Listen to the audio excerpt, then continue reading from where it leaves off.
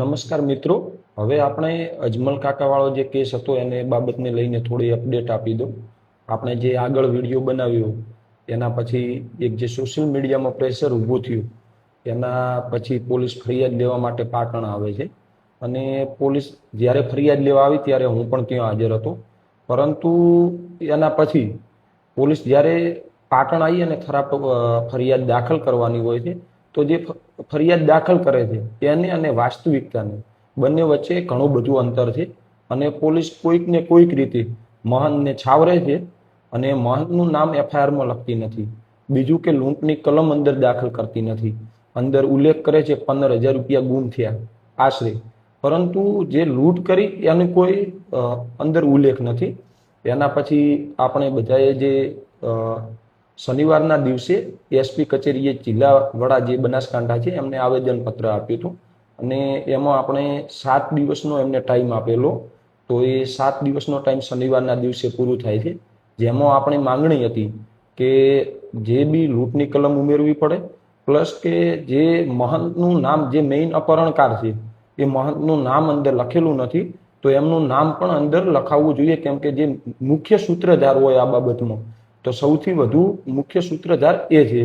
એના પછી સાંજે બીજું પણ એક રાધનપુરનું જે ડેલિગેશન છે આપણા સમાજનું, એ ગાંધીનગરમાં શંકરભાઈ ચૌધરી સાહેબને પણ મળે છે, ડીજીપી ઓફિસે પણ મળે છે.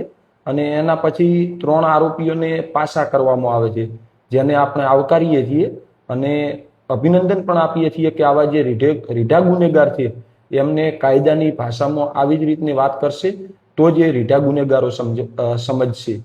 પરંતુ એના પછી હજી સુધી હવે આવતીકાલ આપણે એના માટે કરીને ચિંતન કરવાના છીએ, આગળ વાત કરીએ. પરંતુ હજી સુધી આ બાબત પછી પણ મહંતનું નામ એફઆઈઆરમાં લેવામાં નથી આવ્યું. પ્લસ કે બીજું, જે મુખ્ય આરોપી જ્યારે મારવાની શરૂઆત કરે છે અને હજી સુધી ધરપકડ કરવામાં નથી આવી.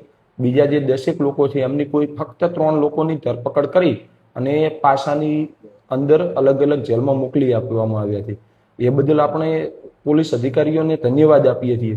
પરંતુ જે મુખ્ય સૂત્રધાર છે, જ્યાર સુધી મહંતનું નામ એફઆઈઆરમાં આવતું નથી ત્યાર સુધી આ બધી બીજી ગૌણ બાબતો છે.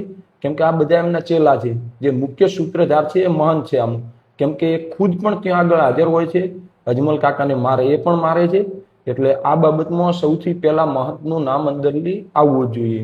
અને આપણે જે પોલીસ વડાને ટાઈમ આપેલો 7 દિવસનો, એ ટાઈમ શનિવારે પૂરો થાય છે. તો એ ટાઈમ પૂરો થાય એના પછી શું કરવું, એના માટે કરી અને આવતીકાલે થરાના જે હદગામ છે ત્યાં આગળ કોકરેજી અને હિંદવાણી તેમની એક મીટિંગ પણ રાખેલી છે, જે 11 વાગે આવતીકાલે છે. થરાથી 4 કિલોમીટર દૂર હદગામમાં આ મીટિંગ રાખેલી છે. અને ત્યાં આગળ ચિંતન કરવામાં આવશે કે જો શનિવાર સુધીમાં પોલીસ મહંતનું નામ નથી લેતી અંદર અને લૂંટની કલમ દાખલ નથી કરતી, તો પછી આગળ આપણે કયા આયોજન સાથે આગળ વધવું, કેવી રીતને આપણે શાંતિપૂર્ણ રીતે આ મામલાને આગળ વધી અને કાકાને ન્યાય અપાવી શકીએ. અને બીજી મિત્રો એક વાત કે ગઈકાલે જે કાકાનો વિડીયો આવ્યો છે અજમલ કાકાનો, તો એમાં ક્યાંય કોઈ પણ અફવાઓ ના ફેલાય. કાકાનું કહેવું જે છે, કાકાનું કહેવું એવું છે કે ઘણા બધા મિત્રો આપણી સમાજમાં કોઈ પણ બાબત આવે એટલે સૌથી પહેલી એક બાબત આવી જાય, પેલાએ આમ કર્યું, પેલાએ આમ ના કર્યું. અને એ લોકો કોમેન્ટો સિવાય કંઈ નથી કરતા. સાહેબે આ કરી આપ્યું, ના કરી આપ્યું. એટલે કાકાનું કહેવું એવું છે કે મને બધી જગ્યાએથી સપોર્ટ મળી જ રહ્યો છે. એવું નથી કે કોઈ આગેવાન નથી સપોર્ટ કરી રહ્યા કે બીજું નથી, પરંતુ ક્યાંક ને ક્યાંક જે મહંત છે એ પોલિટિકલ ટચના કારણે બચી રહ્યા છે. જે મુખ્ય વાત હતી એ કાકાની એ છે. બાકી કાકાએ કોઈ સમાધાન કર્યું નથી. અને કાકાના જોડે મારે પણ વાત થઈ હમણાં જ, અને કાકાનું કેવું સ્પષ્ટપણે છે કે જ્યાં સુધી મને ન્યાય નથી મળતો ત્યાં સુધી હું કોઈ પણ બાબતમાં સમાધાન કરીશ નહીં. એટલે કોઈ પણની અફવાઓમાં ના આવવું. અને બીજું કે કોઈ પણ આપણી બાબત હોય તો આપણે સરકાર સામે લડવાનું હોય, પરંતુ આપણામાં આપણા સમાજની એક ટોળકી એવી ઊભી થઈ ગઈ છે કે કોઈ પણ બાબત આવે એટલે એમને એક જ વ્યક્તિને ટાર્ગેટ કરી દેવાનું, આણે આમ નથી કર્યું, આણે આમ નથી કર્યું. અને બસ એ જ બાબતને લઈને કાકા દ્વારા સ્પષ્ટતા કરવામાં આવી છે કે આપણે સરકાર સામે લડવાનું છે, આપણા જ આગેવાનો સામે નહીં. અને એ જ બાબતો મુખ્ય હતી.